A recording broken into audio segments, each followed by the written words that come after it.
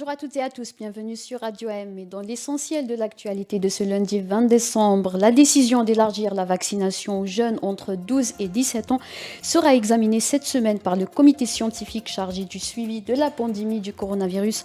C'est ce qu'a indiqué le professeur Riyad Mahiaoui, membre de la même commission ce lundi, sur les ondes de la radio nationale.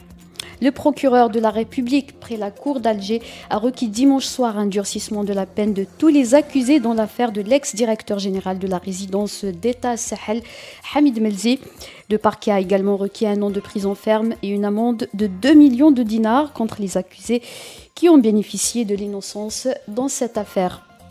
Le salon des services liés à l'export a ouvert ses portes hier au Palais des Expositions au Pain Maritime à Alger avec la participation de 50 entreprises organisées par la filiale de la Safex Tasdel. Ce salon vise à rapprocher les opérateurs activant dans le domaine de l'exportation des fournisseurs des services. Le salon s'étend jusqu'au 20 décembre prochain. Un avis d'appel d'offres national et international a été lancé dimanche par l'Agence nationale des activités minières pour l'adjudication de 9 permis d'exploration de l'or dans les sites miniers situés dans les wilayas de Tamanrasset et Tindouf au sud du pays. Les soumissionnaires intéressés sont invités à se présenter à partir de ce lundi au niveau de son data room situé à Al-Mouradia à Alger afin de retirer les cahiers des charges et de consulter la documentation technique des sites mis en adjudication.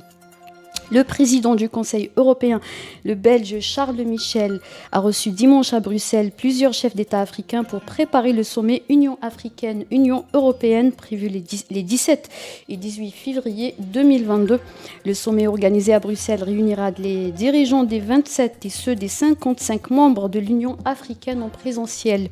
Il devrait aider à définir les priorités clés pour les années à venir et pourrait fournir les orientations stratégiques et politiques pour les relations entre les deux continents, a déclaré un responsable européen à l'agence France Presse. C'est la fin de ce flash. Merci de nous avoir suivis.